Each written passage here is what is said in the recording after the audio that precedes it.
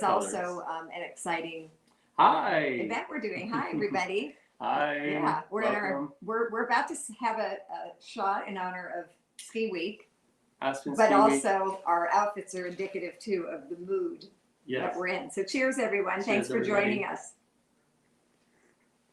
Well, this is an exciting celebration.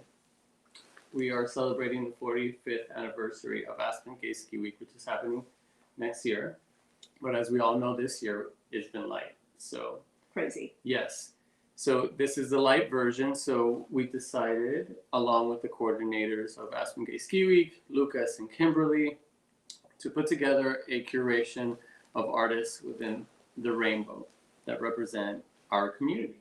Yeah. It is absolutely. our community because we all belong to it. Yes. We all have stories, we all have experiences that art tends to share. Yes. And this is why And I not love even art. not even art. I think we talked a little while ago about that. I had a gay aunt, Yeah. and how it was in my family growing up with somebody who was not able to share their sexual orientation, but that my father and the model that I was taught was that we're all the same, we're all inclusive, we love each other, and it's just such a lovely message. And that's not the reason I'm so happy to participate, but it's a part of It's part of all our my lives. experience. Yeah. Exactly, in my life. You know, when we met a few days ago, I was telling you about the new show on HBO Max. It's called La Veneno, Yes. which covers a trans artist in Spain who became super famous after being discovered on the streets of Spain. And there was a quote that I mentioned to you. I want to read it to everybody. And that quote goes, "What we don't talk about doesn't exist, and what doesn't exist is marginalized." Right. And Beautiful. being part of myself being a gay man in the gay community, I thought this would be such a great way to highlight members of our community, and we're raising money for LGBTQ Yes. initiatives and BIPOC, Black, Indigenous, people of color, and not only that, just anybody who has the need of help, and it's okay to ask for help. And plus, next year when this hopefully is the real ski week, Yes. it's really a fun week, as many people will tell you. I plan on being there. Yeah. Yes, in full regalia. Well, next year, tune in, you'll see our second outfits. There you go. So what is Aspen Gay Ski Week? Aspen Gay Ski Week is an event that is, well, you know, A more about yearly it than I event. do. Yeah, it's a yearly event, and that raises money for charity. Right, exactly. And IPOC you mentioned, but I really don't know what that specific charity is. So tell me again. Yeah, so BIPOC means Black, Indigenous, and people of color. Okay. It's a Thank you. term. You said that, but I didn't register. Yeah. Yeah. Thank you. So we have amazing artists here tonight, and a couple of them that are friends and family of ours. Some of them on my roster are Alex Binash, who is known for dressing Billy Porter for the Oscars, that big gown. He's donated art to the curation. Ashley Longshore, who is a female artist, and I love her. It's so funny. And she's out of this world with her personality. She's donating a piece. We have our featured artist who will be joining us shortly, Sage Gallen, whose work discusses queer identity, also Black identity, and whose work's been shown at the African Museum. And he did a short film on trans young members in Hollywood Boulevard. Oh, wow. He followed them for a year and created a documentary over them. Yeah. Yeah. I'm aware of that documentary. Yeah. And Yeah. And on my end, I have Zachary Crane, who is going to be live with us from Utah. But I met him when he was a young artist in LA and had a really terrific connection. And I've tried in every way I can to be not only a friend, but a promoter, and partly how I ended up being a curator, just because I'm such an enthusiast of art and the artists that I have befriended. So I'm excited that Zachary will be here. And then another friend, Amanda Flowers, young artist here. I just see this extraordinary talent. I, again, just feel this desire to promote and to help people early in their career. And I think Amanda's worthy of the attention, definitely, really talented. And then Theodore Boyer will be popping in. And I also befriended him from a studio visit and spent a lot of time at different shows around LA. And he is changing his art, always growing, evolving.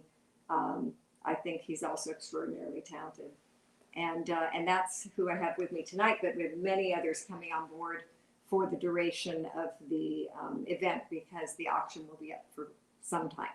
Yeah, so it'll be on all year, and we'll be back each month covering a different artist. It's part of the curation, so you all get to know them and really get to know their work, their story. There's so much behind a painting, right? There's Absolutely. just not the painting. Everything I have in my home is because of the story. Mm-hmm. It literally is.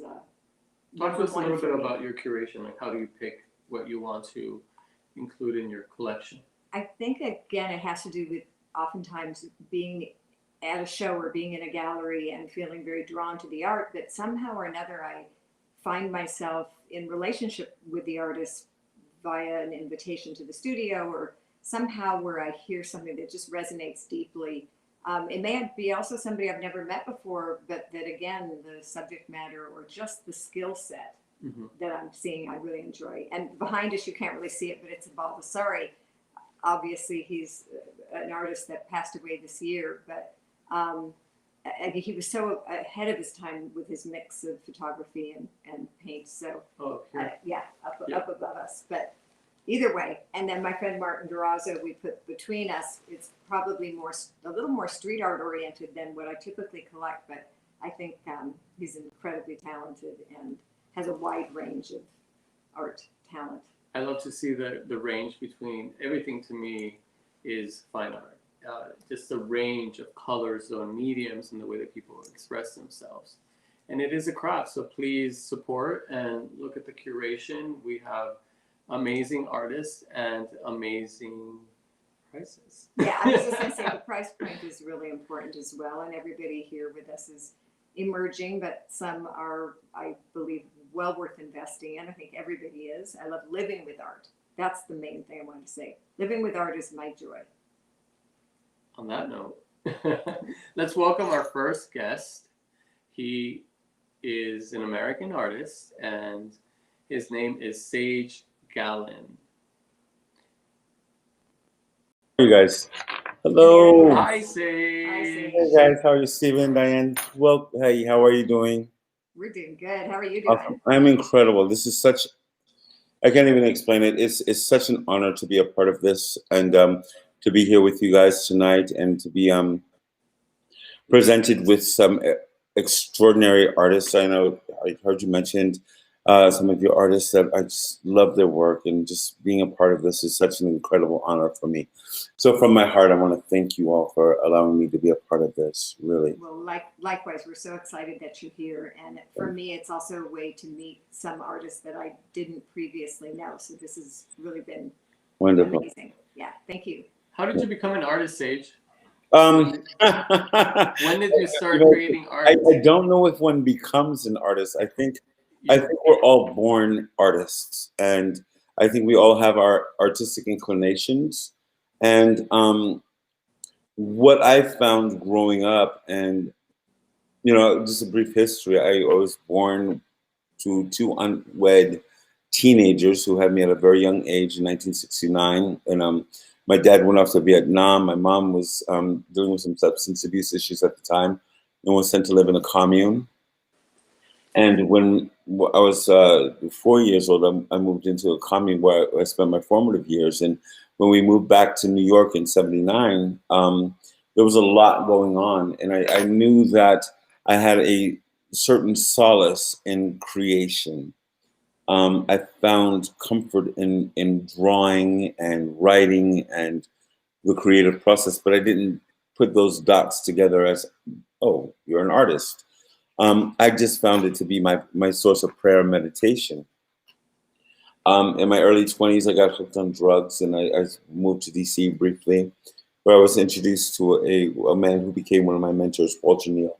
And before that, the only training I've ever had really was in high school in Hempstead, Long Island. My high school art teacher, Linda Shear. So when I got hooked on drugs and I was homeless for a while and destitute, living on the streets in abandoned buildings and picking out of garbage cans to eat, I always had a pen and paper near that I would either write or draw or doodle.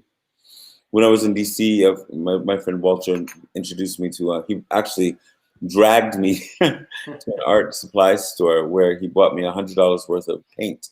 And I never painted before. I was always terrified because in my mind, I thought, well, painting you can erase if you make a mistake. What that taught me, though, was that there are no mistakes, that you engage in a process of creation and it becomes what it is.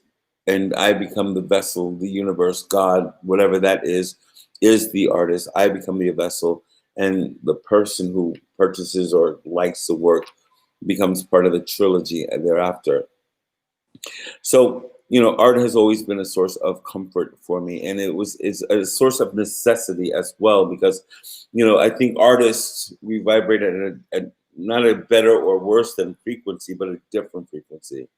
And we absorb more. It's almost it's almost empathic in a way, where your emotions and feelings and experiences are transformed into a painting or a photograph or a poem or a song.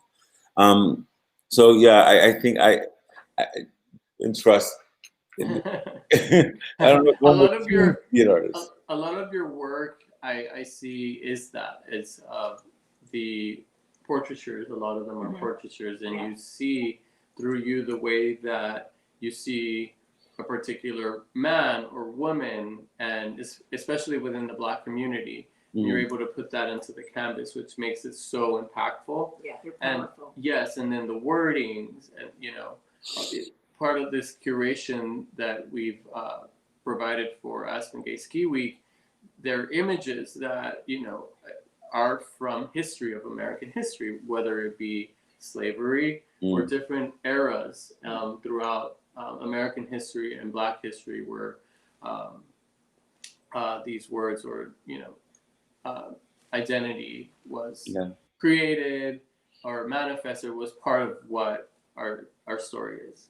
I was just gonna say, I'm so happy to hear that you identified with yourself as being an artist. It's something that so many people don't realize because maybe they didn't go to art school or they didn't go through a traditional avenue, but your story of being in a commune and being homeless, and I mean, it's really inspiring, and I just wanted to share. I'm really touched by your story. Thank you. I did not know that until now, so Well, thank you for sharing. Thank you so much, Diane. It's interesting, growing up in the town I grew up in, was just called Hempstead, Long Island. As a kid, I was kind of a bougie little snot. I was the person who would turn my nose up to someone if they were wearing a certain outfit, or cross the street if you were homeless. The blessing of my life was those experiences, which taught me how to connect with people on a deeper level. And by doing so, connecting with myself. To be honest with you, some of the most gracious, beautiful, giving human beings I've ever met in my lifetime, I met living on the street. I met in crack houses and homeless shelters. And what that taught me was that we're all intrinsically connected. And I never know, going up to a canvas, what the end product will be. I never know that. The times I've said, Sage, you're going to paint a rainbow with unicorns, and it turned out garbage. What I've learned to do is just allow the process to move me, as opposed to me moving the process. And that's how it's, like I said, it's prayer meditation. But through my life experiences, when I became homeless, I saw how easily we dehumanize one another. When I was living in Washington, D.C., it was the transgender community, specifically the transgender community of color, that took me in. No expectations of sex, of money, of obviously not of pedigree. I was a homeless crackhead at the time. They saw somebody who was wounded. And for the people who are in the totem pole of society, literally at the bottom, to have shown so much love and grace and compassion for a wounded, broken little boy, it taught me a lot, not just about the trans community, but about myself. Because of that experience, I was able to shoot one of my photography series. I think with most artists like myself, we speak various languages creatively. In my photography, I was able to spend a year on the streets with a group of homeless transgender kids of color in Hollywood, specifically Santa Monica and Highland.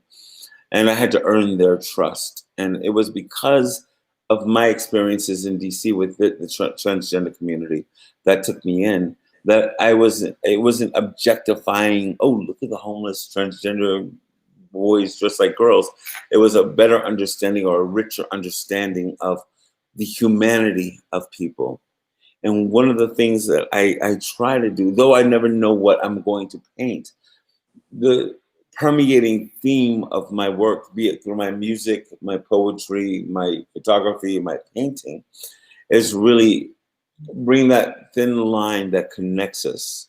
Yes. Because we put so much stuff on to divide us or separate us from everyone else or other people. And what that is a manifestation of our own fears and insecurities. When I see the human in you, I see the human in me. And I think that's why I encourage people to buy art that is sometimes maybe beyond the scope of what we are familiar with, but perhaps we would want to invite into our world. For example, a lot of art, the art that Sage we have up are portraits of Black women and men. And I feel that having it around, Black art is not just for Black, for the Black community, it's for everybody, because it is part of the American history, and it's part of the collective. Yeah, and it's kind of how we all met, because Heirs to the Throne was exactly an example of that. I was invited in because I collect all various artists. It doesn't matter race, color, sexual orientation, and it was really sweet that I was kind of chosen for that, but I didn't do that because of Black Lives Matter, because of anything other than it was my choice. Yeah. To collect broadly among the community.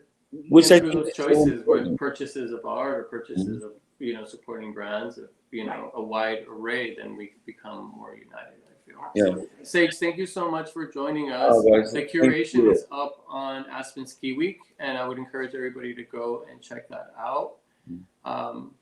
Pleasure to have you. Love it's you. So nice. It's my pleasure. It's my honor, and thank you both. Thank you all very much. Aspen Ski Week, thank you so much for allowing me to be a part of this.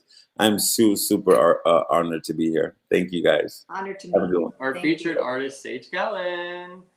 Next, we have a beautiful, very handsome. Yeah, a very handsome dear friend of mine, Zachary Crane. We met when he lived in Los Angeles.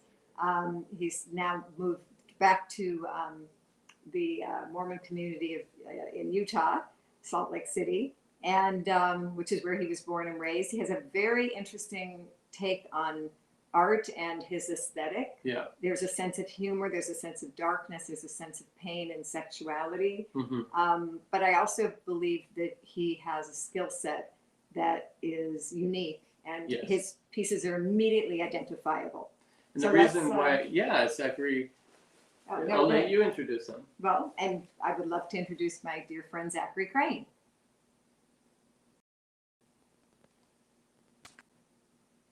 Are you there? Hey, Miss Allen. Hey, how are you, Zach? Yeah, can you see me? I can hear you. Hi, I'm good. Can you see me? Yeah, we can see you too. Hi, Zachary. You're little, Luke. but you're there. I love the pink coat. Hi, how are, there you are. How are you, Luke? Yeah. Here I am. Fantastic. Hi, guys. So tell us more about yourself. Did you hear my introduction? I did, and I was so flattered, Dan. Thank you so much. That was like, I should have you write my bio on my website. Anytime. That just spewed out of me just from love of the memory of meeting you and the times we had wandering around in Hollywood with, well, you remember when we visited the hookers who lived on the street, or the street, I don't even know what you call them. That's a terrible word, but we had so much fun together. Yeah. I know, it was crazy. Diane tells me that we had so much fun. Yeah. Yeah, we met at your one of your first shows. So art.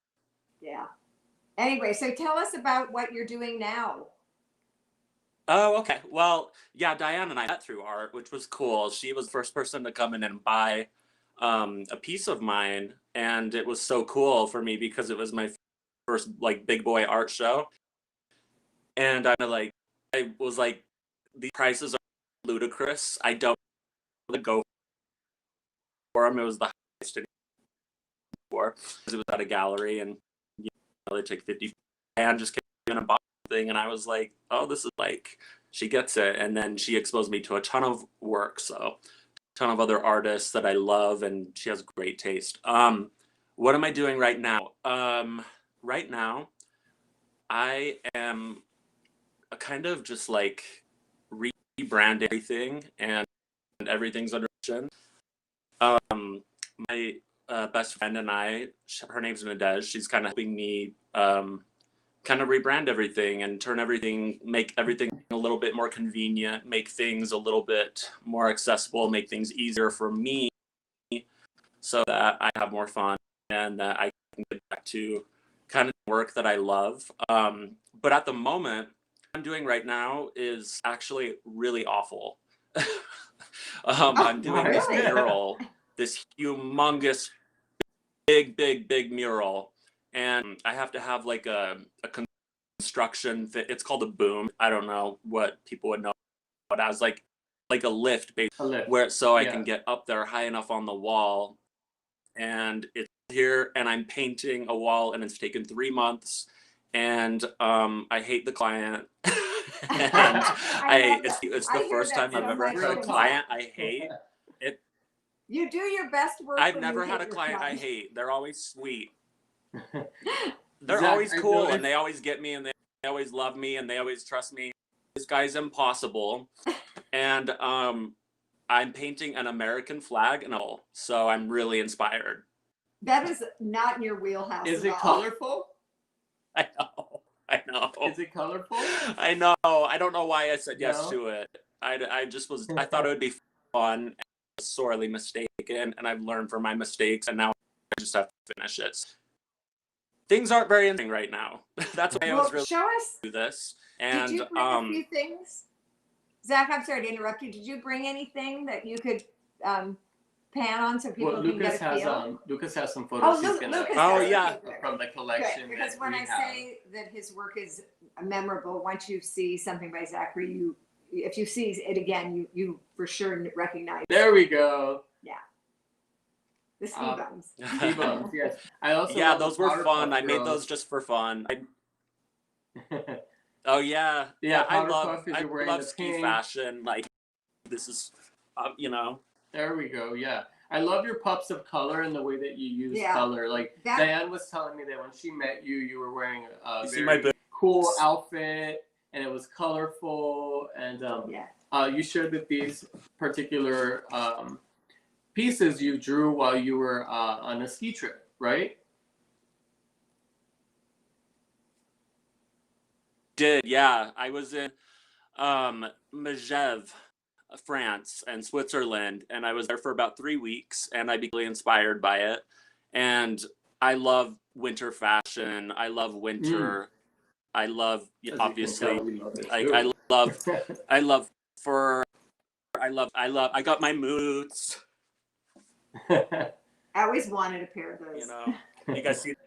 Yes. Yes. Are they purple? So I love that, and so that's why when I approached to do this, I obviously said yes, because I already had all that work. I was retro. I think it's sexy. I think it's booty. I think it's cool. I think it's fun, and the color. That's basically kind of like what I hope I'm contributing to Ski Week is like the dumb, sexy blonde. Like, I'm just here to have fun. I'm just here to be dumb and have fun and be cute and to be colorful and to make people not on any intellectual agenda whatsoever. I'm just a damn good time. On that note, during our chat when we initially spoke, you mentioned how this was a great opportunity also to give back to charity. So we thank you for donating these pieces. Are you? I'm happy to do it. I'm happy to do it, and I hope somebody falls in love with them. Are you inspired by color? Because I've seen your photographs; they're very, glossy and colorful. And walk us a little bit through your artistic, creative process. I think it all started because I fall in love the idea of color and colors together. Like sometimes Ulta or MAC just to look at the lipsticks and read the names of the colors and the eyeshadows. Nice. Yeah, they're always and fun. stuff like that. Yeah. I love the names. They're so creative. They're so creative. They're so good. Like something at some in my life. I don't know if it's makeup. I don't know if it's a colored pencil kit or an art kit or whatever. I want to name colors. I love titling colors and putting specific ideas and words together with others that are like, for instance, there's this green, and it's actually been around for a long time. I don't know where it came from, but it's called Hooker's Green, and it's the most intense, puny, icky, vibrant green, and I just love it. I love the name. I think, who thought of that? That is brilliant. And Zach, not to interrupt you, but I know you just did your stint in India, which must have exposed you to a whole nother type of culture and palette of colors. So Absolutely. Give us a minute about how that influenced you. Oh, wow. It was so much. I mean, every single day I was just turned upside down, I never knew it was such a different. I've traveled a lot, never been to South Asia. So that was kind of like my first being confused, and just I couldn't tell what was going on at any moment, because it's not like America where you walk into a store and you see someone that's working there wearing uniform or something, they're working there. It's very confusing. I just never knew what to do with myself there, and kind of I don't know, kind of creativity in that. I think their sense of color is it made me not like color a little bit. I went backwards. Was there they use everything as like a rainbow for every single thing, and it's very cool at first, but I just couldn't. I was I was working more in grays and blues and whites and things like that while I was there. Color was just kind of overwhelming, but Yeah. Do you it's an think inspiration. Yeah. It's very Fascinating. cool. Wasn't expecting to.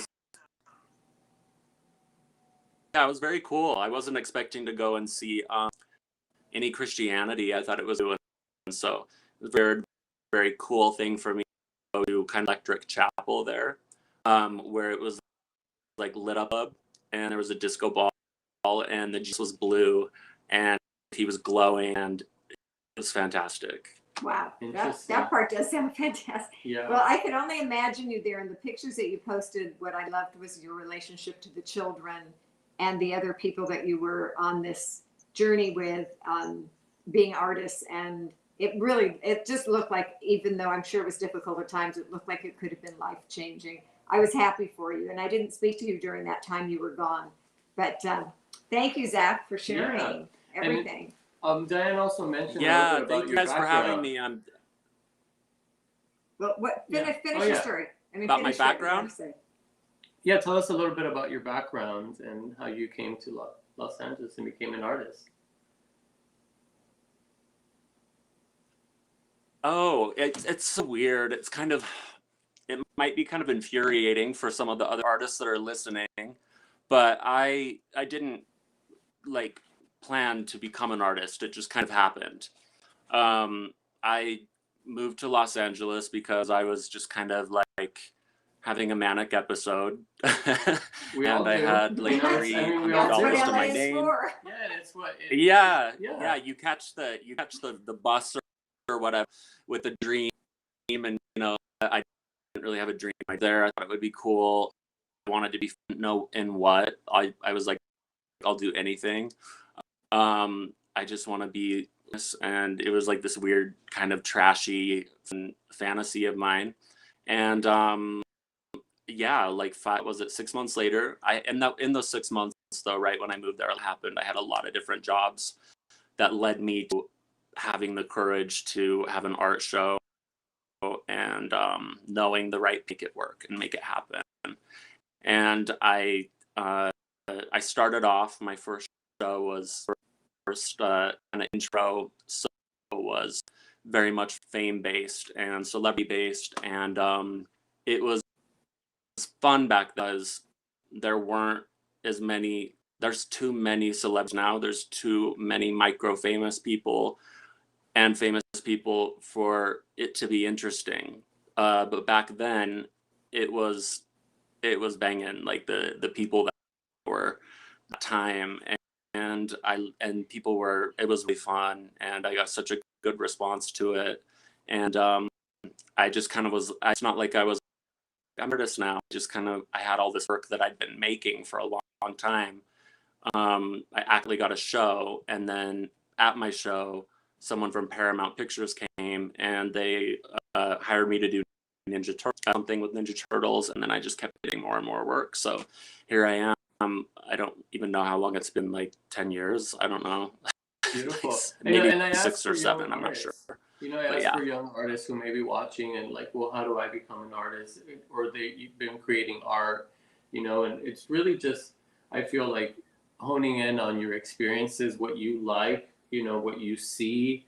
And like you said, when you were creating art of these artists, and it's a period of time, and that's what makes it special. When we look at a piece, we're like, oh, that's when that happened. I remember when I was a kid and I was watching Britney Spears in front of the television dancing, you know what I mean? Like, it's now to see a painting of her or something like that makes me like nostalgic, right? And it's fun. And so I would say like how you did, just I haven't grown out of that, by the way.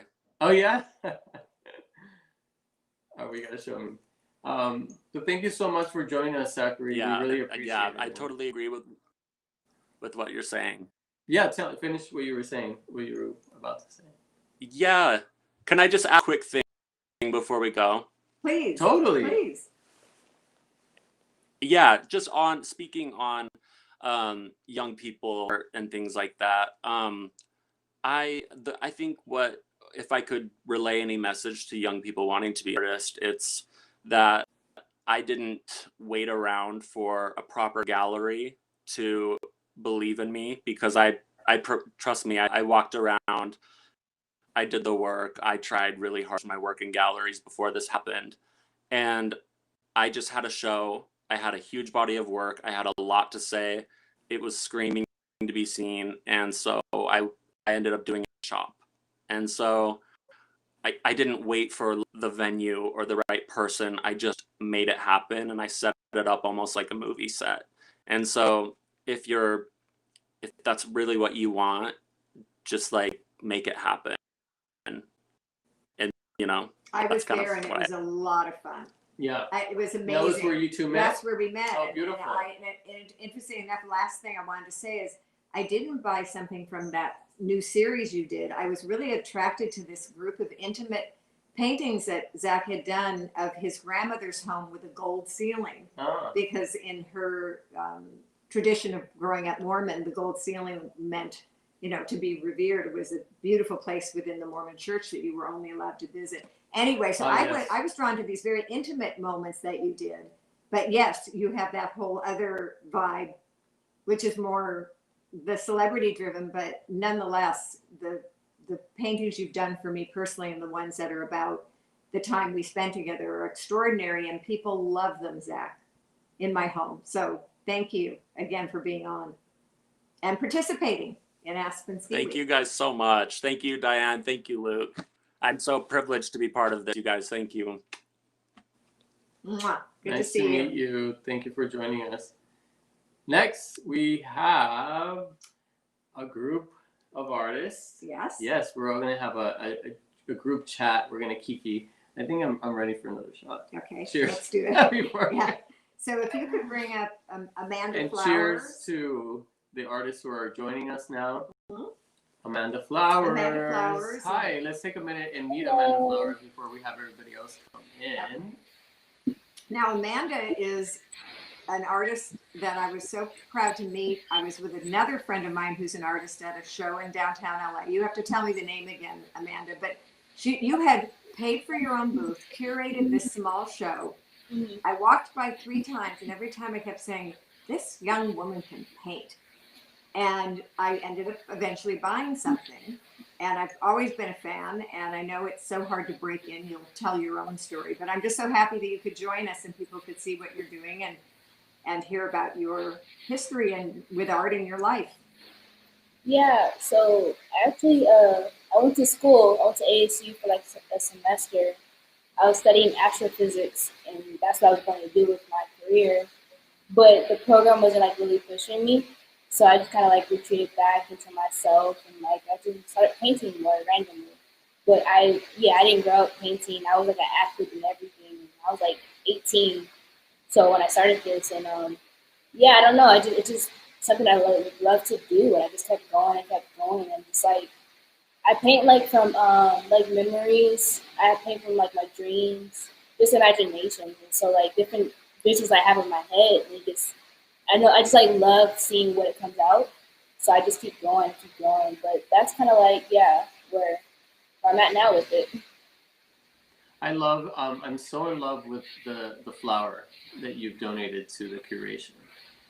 I love bringing flowers into the home, to my house, and this flower is just, it's standing by itself. It's standing, just kind of whimsical being, and like the background, the light, and just one standing, which reminds me of like life. Like we all stand on our own. Like there's maybe turmoil or life different. Everybody has a different But experience. your face is up. Yeah, it's always like it's you always got to up. keep your head up. And Well, what intrigued me was also, Amanda, your use of painting the body. In very many scenes, there are sinewy arms holding something, or the one of the arms holding the pouty mouth. And I don't know, there's many different moments with your art that I really connect, but those are some of the ones that I really appreciate. I just like looking at different body parts of your pictures. I know portraits are very popular right now for a lot of Black artists, and it just doesn't really resonate with me. I like to like let it post, looking at the details, looking at the picture of it, like as if you could touch it. So it's just I love the finite part of it. So I don't know what it is. That's just what I like about it. Yeah, and it shows. We Yeah. see your passion for it, and I love also that it's like zoom into like a body part, like sometimes no face, because it's like a moment, different moments. Yeah. And I wanted you to share with everybody what your next phase of your life is, as well as art, because I understand you are going to become a retailer. Is that the best way to put it? She's opening a shop. Oh, great. Yeah. I'm opening up a store in downtown. It will be like it's gonna be like an art gallery, but just like its own different version of it. We're in different times, so we have to, it's just a different. I want to make it like a more interactive, kind of innovative space for artists to participate in, and for past artists to come by. But it's something that I'm working on developing. But it's just different times, so we just can't really gather as we want to. Right. Well, it's self-promotion and an opportunity for you to share with everybody in a different way. Yeah. Rather than, like Zachary was saying, waiting for that moment when someone Absolutely. says it's you. Absolutely. You have to make it happen. Yeah. Yeah. And the second piece, excuse me. Sorry. No, I was gonna say, like the second, going along the lines of the pandemic and becoming independent and just creating stuff. The second piece you donated was to do with planting. Yeah. And planting during the pandemic, and also planting the seed to your own life. If you want to be an artist, you plant the seed and you go about. I've always in my life, whether I wanted to do something, I would start telling myself, well, you're a host. You're an actor, you're an artist, you're whatever it was at that time that I wanted to be. Mm-hmm. And sometimes I would tell people, and they're like, oh, you're not. And I'd be like, no, but I am. I'm manifesting it to myself. And eventually I would become that. So I would encourage everybody and like congratulate you. Your shop will be in downtown LA?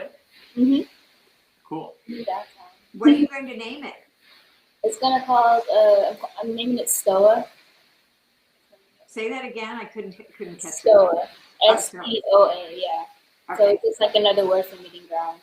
Yes. Well, I'm very excited for you. Congratulations, and thank you for helping out with Aspen Ski Week. Yeah. I Thank think, you for having I'll me. look forward to seeing you in the future, in the near future. Okay. Thank you, Amanda. Thank Next, you, Amanda. we have Duggan, Daniel Duggan. Yes, where's the yes? Yeah. Yes, say yes to your future. Say yes to love. Say yes to humanity. That's on the back of my phone. Oh, yeah. Classic. Hey, Daniel. Hi, Daniel. I know. Hey guys, how are you? Yeah, when I Daniel's meet another somebody, I really just close take a friend, moment. so this is really fun.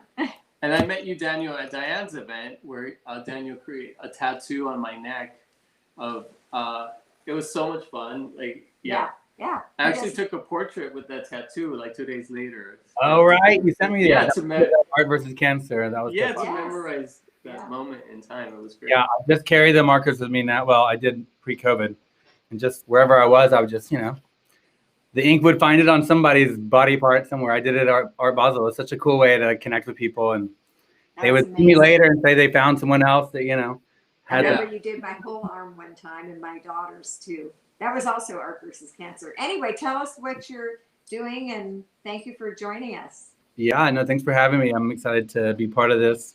What am I doing? Oh man, I'm working on. Well, the pieces behind me now are.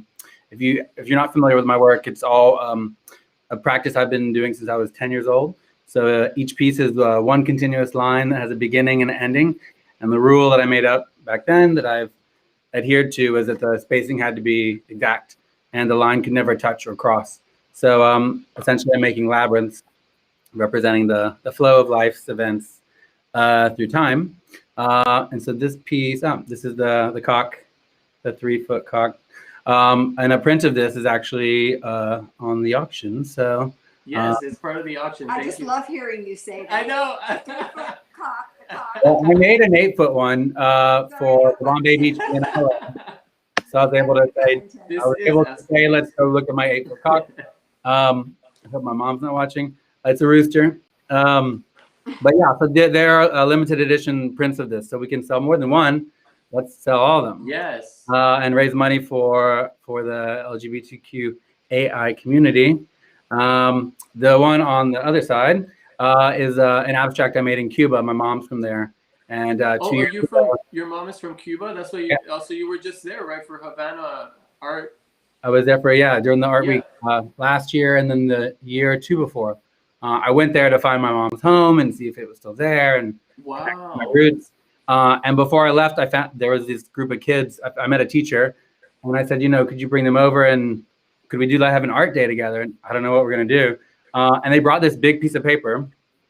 And I said, okay, it's all white. Let's fill it with color and draw whatever you draw.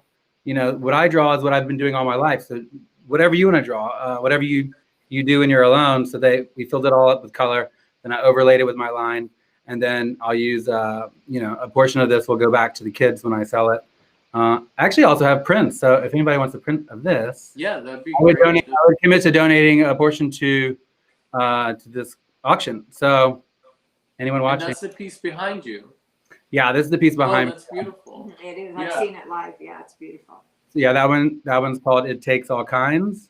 Because as I was drawing it, I was speaking in Spanish to them, and I don't know why, but it just came to me to tell them that, it takes all kinds of people to make up this world. So if they ever feel like, they're weird or different, it's a good thing. Because without all the different kinds of people, the world wouldn't be what it is. And it really relates to, to this auction and the cause of, accepting yourself and loving yourself and knowing that you are born exactly the way you were supposed to. And you're here to, love yourself and be kind to everyone. So this one is called It Takes All Kinds. So it means a lot. Beautiful. I didn't even think that related. Through accepting oneself and ourselves is that you can become the most beautiful manifestation of yourself and your work. When you know and I know it's hard, and if there's anybody struggling with identity issues, by all means, there are programs and which we'll list and are on Aspen Gay Ski Week website resources to, and if reach out to us if any one of us, I believe, would be open to discussing art or anything with Anything. and Absolutely. we'll lead you in the right direction. And talk about discussing art. The first time I met, second time or third time I met Daniel was at his studio, and I came by for a studio visit at 2 p.m, and I left at 2 a.m. So just to give you an idea of how the continuous line. friendly and inviting and interesting and fun.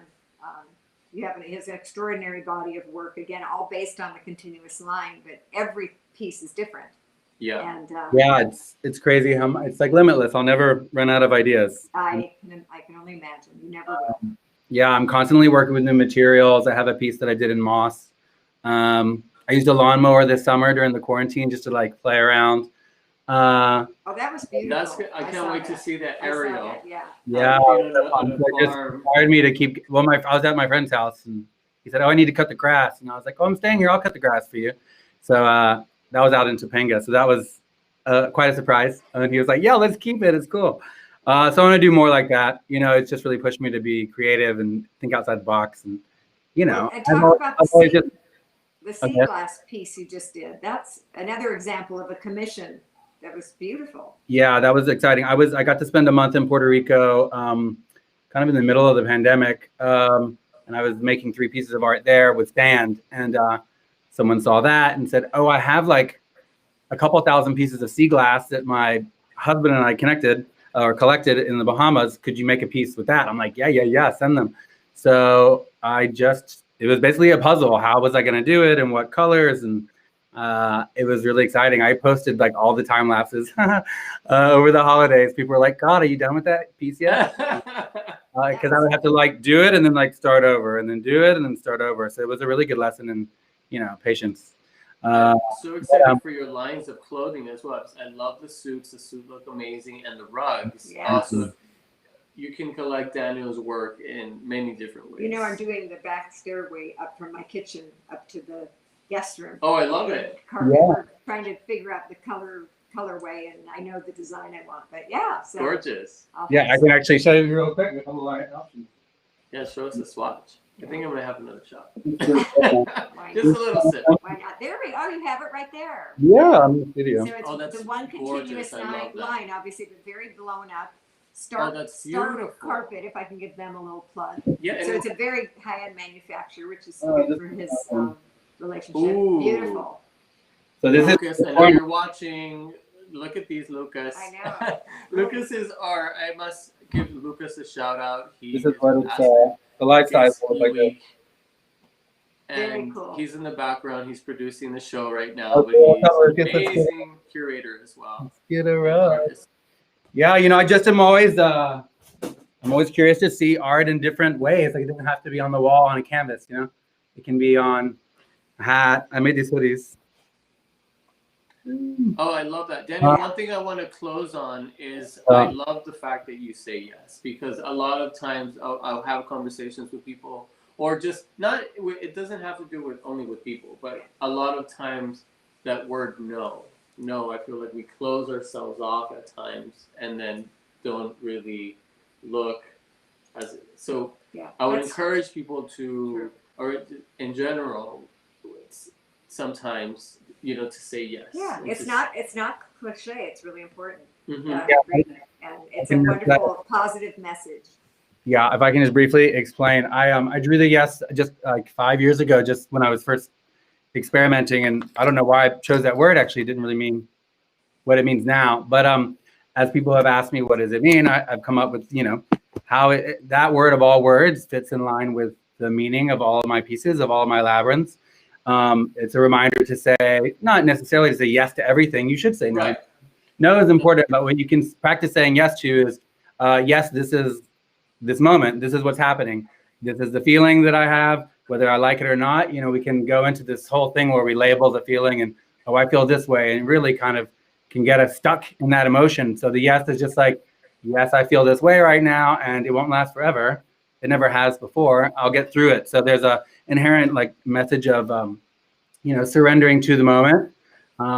Yes, this is what happened, and I liked it or I didn't, and let's see what's next. But to really be fully present in especially the emotions that we don't like. We try to. Yes. I've tried to avoid so many in different parts of my life, and when I finally felt like, well, I feel betrayed or I feel jealous, like just let yourself feel that all the way, because as soon as you do this, when you get over that hump, and it turns into something else. So that's what the yes means to me, to say yes to life in all the moments. Well, thank you so much. Yes. Because this has been yes. Yes. And yes. I'm going to say yes to the next time you go on some amazing trip instead of no, because I've been invited before. Yeah. But on that note, again, thank you so much, Daniel, for participating. And, My pleasure. Thank you for having me. Pleasure. I also just thought real quick, these hoodies and these hats, I just picked them up today. I haven't even put them up on the site yet. But if anyone's watching, wants to DM me on Instagram, Daniel Dugan Art, I'll donate anything I sell of these today. I'll donate a portion to our cause. So Awesome. Thank you. yeah. So there's also hats. There's a black and a pink one. So hit me up in the DMs. I and love the pink. Thank you. Yeah. Thank you, Daniel. Appreciate it. All right. Thanks, guys. Have a good night. Thanks. Thank you. Next, we have an artist from Palm Springs and Los Angeles. Jeb Pick has a beautiful installation right now in front of the Palm Springs Art Museum. Oh, yes. It's a large installation of the San Andreas Fault, and he is part of our curation today as well. And I'm not sure if is Theodore Boyer joining us, but first let's introduce Jeb Pick. Jeb, welcome. Hello. Thank you for having me. Hi. It's a great honor to be here with you guys, so thank you very much. And thank you for being a fan of the Fault Line. It's not just a public art piece, but it's also a metaphor for the faults in our lives. The Fault Line itself is 255 foot long, and it's painted bright red, and it glows in the dark. The idea is to put the two signs at each end of the path, one that says not yours and one that says not mine. And it's sort of not your fault and it's not my fault, and you shouldn't get stuck on a fault, blaming yourself or blaming the government or maybe blaming your childhood. You just have to learn from the fault. And people don't always realize that the faults in the earth and the faults in our lives actually create expansion. If you survive from the fault and not get paralyzed on it, you can grow. So the San Andreas Fault does run through Palm Springs, but it also, like I said, it's something we all have in common, is we have a fault, and no one's perfect. And yeah, I love that. I love that metaphor. And I didn't realize that was exactly your intention, but it makes it so much more expansive for me to hear. And that's why I love knowing and meeting the artists. I get a much deeper understanding. So yeah, it's amazing. I love it. Thank you so much for sharing. It took on a whole new meaning during the pandemic. Yeah. I got very blessed when the city bought the piece at the beginning of the year in January. And March I was supposed to begin, and then the pandemic hit, and they couldn't give me workers and they couldn't give me machinery, but they gave me the keys and they said, you can go down there. And as you can see, it's a large space, so sometimes you don't know where to start. I can imagine. So initially, were you going to carve into the ground and create? I did. It's actually raised. The Native Americans here are called the Kauaian people, the band of Agua Caliente Indians. And they made mounds sort of like in Chichen Itza, where you could tell the time of day by the way the sun hit. So it's actually raised about 12 inches off the ground, and I collected recycled cardboard, and I put the cardboard down in there. And then on top of it, I sort of created a paper mache effect with flour and a plaster. And then I painted it the bright red. So again, it was just such a great blessing. And it really took on a whole new meaning during the election, during the pandemic, and then again when my mother passed away from COVID. Oh, wow. Or just being a gay man and trying Yeah. to, Yeah. you know, it's not easy being gay. And here in Palm Springs, we're the gayest city in the world. And guess what? We don't have just good gays. We have a lot of bad gays. You know, sometimes like the people that try to hold you down are the people that are most like you, because Isn't that we've true? always been oppressed. There's always been room for maybe one gay man or one woman or one black man. And that ends up pitting everyone against one another instead of like working together as a family, you know? Yeah. So sometimes I've noticed gay men will get married and then they have their kid and then they have their home and then they have their picket fence. And next thing they're judging me because I'm taking photos of men kissing and writing articles about sensuality. You know, I'm not saying that's everyone. I guess it's 50-50 in life, right? Yes. 50% good gays and bad gays and good politicians and bad politicians and bad cops and good cops. And we always know that the good will win. And, you know, just like what Zachary and Sage were saying, you know, it's you don't know you're going to become an artist. You just are an artist. And Maya Angelou would say, well, nothing will work if you don't work. And then you know what Dolly Parton says? Live like you're hungry. Yeah, Yes. I have heard that before. Hungry. Yeah. Because once you're hungry, you keep doing. You become the artist and you heal yourself. Absolutely. And then hopefully your art will heal other people. So, you know, I don't know if any of it's true. It's just what I try to practice and live by and do. And I've been blessed with opportunity with you guys and Aspen Gay Ski Week, the Art Museum, the City of Palm Springs, and on and on and on. And I just know that when you give, you receive. And when you build other people up, they help build you up. So thank you for building up all these artists, and thank you for building me up. I really appreciate it. And Well, you're welcome. Yeah, Amazing. thank you so much, I Jen, love and we're hearing so your happy. story. Yeah. I wanted to say one other thing. I don't know if you know that I'm involved with Desert X, and we do, you know, the experiential kind of art in the desert as you're doing, and it's been postponed for this year, but I have not had the privilege yet of walking your Red Fault, and I really look forward to it because it's so up the alley of the things that I participated in with artists in Saudi last February. And with COVID, it's so sad, but it's locked us all down from having these experiences around art. So I'm anxious to go and see it. And congratulations on that piece and you're purchase. Always invited, always. Both of you and anyone watching and anyone anywhere. It's like I like to connect through social media, but really I like to have meaningful conversations with strangers. And you guys aren't strangers, you're family. So you guys come on down, but I'm talking to all the strangers. They say that there's someone who loves you that's cheering you on, but there's a whole group of strangers out there that you do not even know of that are cheering you on too. I agree. I love that. I agree. That's beautiful. Thank you, Jen. Well, thank you so much. It was a pleasure to chat with you, and thank you for donating your time and your art. Yes. So Jev's painting will be part of the curation, and go on the website, and we will. And please come to Palm Springs, or you can also follow Jev at Jev Pick, and to see the fault line. Yeah. Yeah. Beautiful. We look forward to more work from you, Jev, in the future. I know you're going to do bigger. I know. And you're a great person. I love you, and this is great. And thank you so much. Yeah, the positivity. Bravo. Thank you. Thank you. And quickly, next we have Theodore Boyer joining us. Yes. I am so excited because I love your piece, Theodore. We have a couple minutes. There you are. I'm so glad you made it. So Theo is another good friend of mine.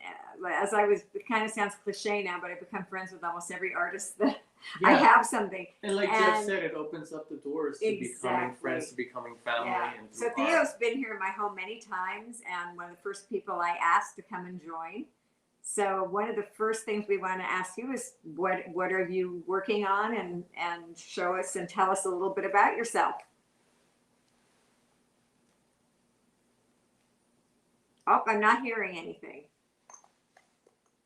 I was muted. Okay, can you hear me now? Oh, there you go. Yeah. Thank you. All right, great. So actually, it's great you asked, because I've been working from home a lot in the last couple of weeks because of the lockdowns and because of various reasons, homeschooling the kids. So it's been a lot of hours at home. But I have an easel that I've been painting on, portraits primarily.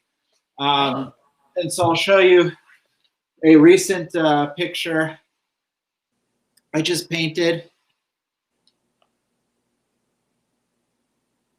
I don't know if you guys got to see that or not, but show us again, because Yeah. on our end you're sticking a little bit. I don't know why your screen is frozen.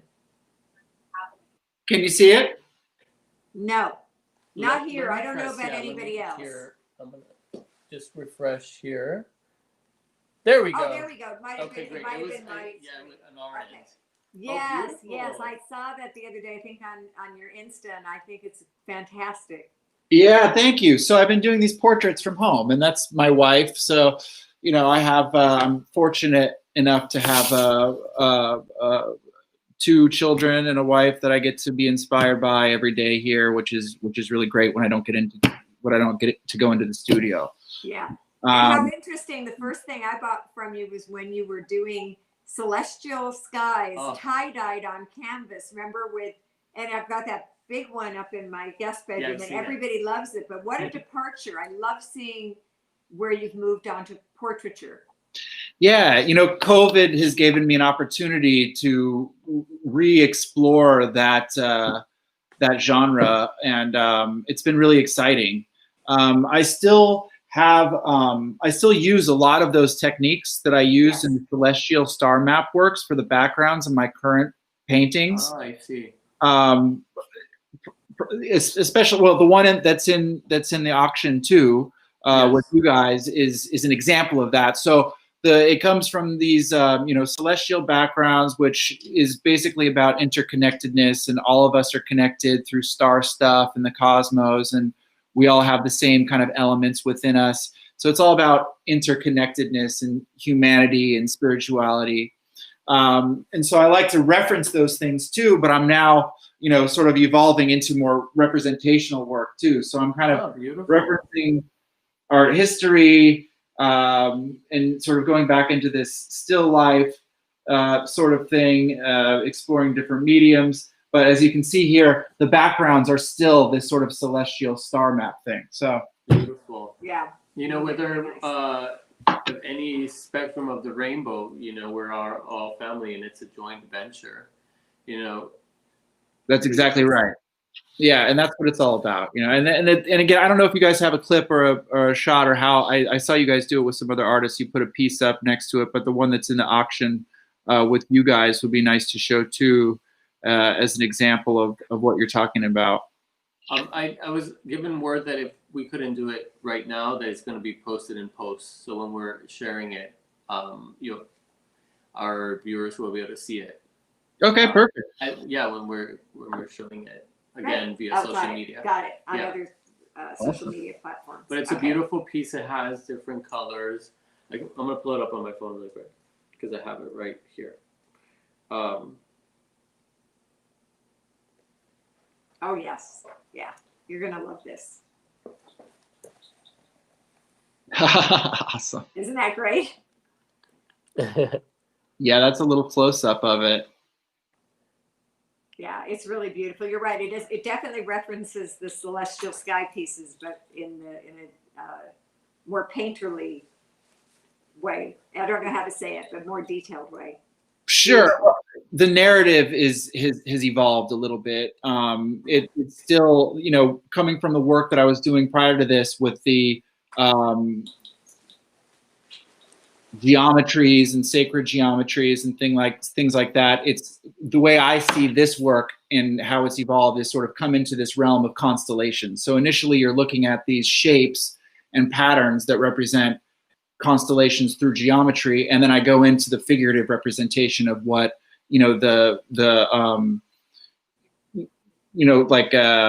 mythological representation of what constellations were. one thing I love about Reminiscence of Constellations and what you do, it's that we do all have a history, you know, human history, and we could all learn from our past and to move on to the future. And like, we are all, in essence, like you said, stardust and come from very little particles, and we're all just particles moving around, you know. Sure. Energy. Right. We're all part of the same thing. Yeah. How old are your kids, Theodore? I have a 6-year-old and a 3-year-old. Oh my God, that's the best age. Yeah. That's Cute. the best. They're very age. cute. It's a lot of fun. Also, it's funny. I was just thinking back when you're talking about the celestial sky. At their age, my mother once drove us up on a trip to Arrowhead, stopped the car in the middle of nowhere, and had us climb up on the roof to witness all the stars that you don't see in the city when you grow up. Even in LA in the 70s, it was extraordinarily beautiful. And I don't know why I had to run off with that story, but it was. No, I hadn't thought of it in so long. And when I see your paintings and I saw it upstairs, it reminds me of that. Yes. Like the sky, and like, but it's in front of me. And sometimes we forget to look. Lately with COVID, when I'm driving or the sunsets, I'm like, wow, the sunsets are so beautiful. I don't know if I didn't take the time before, or is it like pollution? I don't know what it is. I think it's a lack of pollution. Yeah, it's the life we live. You know, we're constantly looking at screens. We're constantly in this digital realm, but sometimes we just need to put that down and appreciate nature for what it is. And I feel like, you know, places like Aspen or Arrowhead, or, you know, even, you know, go down to Malibu or Santa Monica or something and stand next to the ocean, and you still have that same feeling. You know, it just takes a little bit, you know, take a little bit of time out of the city rat race and enjoy that and appreciate that. It's very grounding. To enjoy art and to enjoy nature. And on that note, join us next year on Aspen Gay Ski Week's 45th anniversary. Theodore, we hope to see you there. And we're going to have upcoming this whole year, we'll talk to every artist that you saw tonight and additional artists, which will be part of this curation each month. So come back and join us via YouTube. We'll see you soon. Thank you so much for joining. Thank you, Theodore. Thank you, Theodore. Thank you. Yeah, it was a pleasure. Mwah.